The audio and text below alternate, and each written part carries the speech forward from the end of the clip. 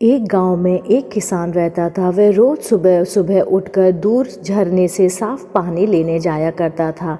इस काम के लिए वह अपने साथ में 2 घड़े ले जाया करता था, जिन्हें वह एक डंडे में बांधकर अपने कंधे पर दोनों तरफ लटकाकर ले जाया करता था। उसमें से एक घड़ा कहीं से थोड़ा सा फूट चुका था और दूसरा एकदम सही था। इसी वजह से रोज घर पहुँचते पहुँचते किसान के पास 1.5 घड़ा ही पानी बच पाता था। ऐसा होना कोई नई बात नहीं थी। उसको ऐसा करते करते 2 साल बीत चुके थे। सही घड़े को इस बात का बहुत घमंड था। उसे लगता था कि वह पूरा का पूरा पानी घर पहुंचाता है और उसके अंदर कोई भी कमी नहीं है। वहीं दूसरी तरफ फूटा हुआ घड़ा इस बात से बहुत शर्मिंदा रहता था कि वह आधा पानी ही घर पहुंचा पाता है और किसान की मेहनत बेकार चली जाती है। एक दिन की बात है, वह बहुत दुखी और उदास था। जब परेशानी हद से बढ़ गई तो उसने फैसला किया कि वह किसान से माफ़ी मांगेगा। किसान से बोला, मैं बहुत शर्मिंदा हूँ, मैं आपसे माफ़ी मांगना चाहता हूँ। किसान ने पूछा, भाई तुम किस बात से शर्मिंदा हो?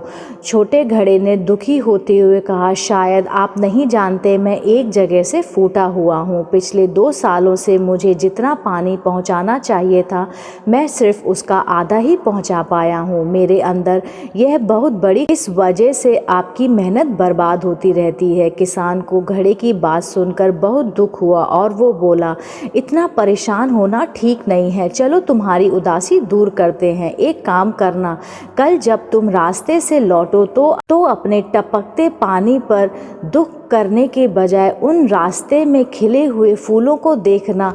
कितने खूबसूरत और खुशबूदार, कितने प्यारे, और साथ ही पास के छोटे छोटे पौधे देखना, तब तुमको पता लगेगा। घड़े ने किसान की बात को माना और उसने सोचा कि मैं कल से यही करने वाला हूँ। रास्ते भर वह सुंदर फूलों को देखता हुआ आया।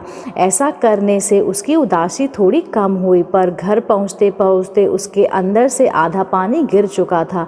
वह फिर से मायूस हो गया और किसान से फिर से क्षमा मांगने लगा। किसान बोला, शायद तुमने रास्ते पर ध्यान नहीं दिया। रास्ते में जितने भी फूल थे बस तुम्हारी ही तरफ ही थे, यही घड़े की तरफ एक भी फूल नहीं थे। जानते हो ऐसा क्यों हुआ?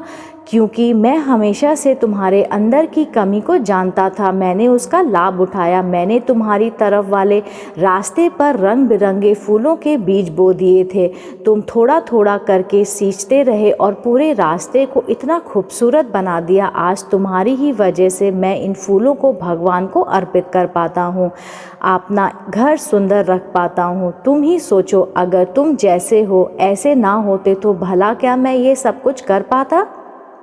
दोस्तों, हम सभी के अंदर कोई ना कोई कमी होती है, पर यह वो कमियां हैं जो हमें अनोखा बनाती हैं, हमें इंसान बनाती। उस किसान की तरह हमें भी हर किसी के जैसा है वैसे ही स्वीकार करना चाहिए। उनकी अच्छाइयों को ध्यान रखना चाहिए, उनकी बुराइयों को ध्यान में रखना चाहिए।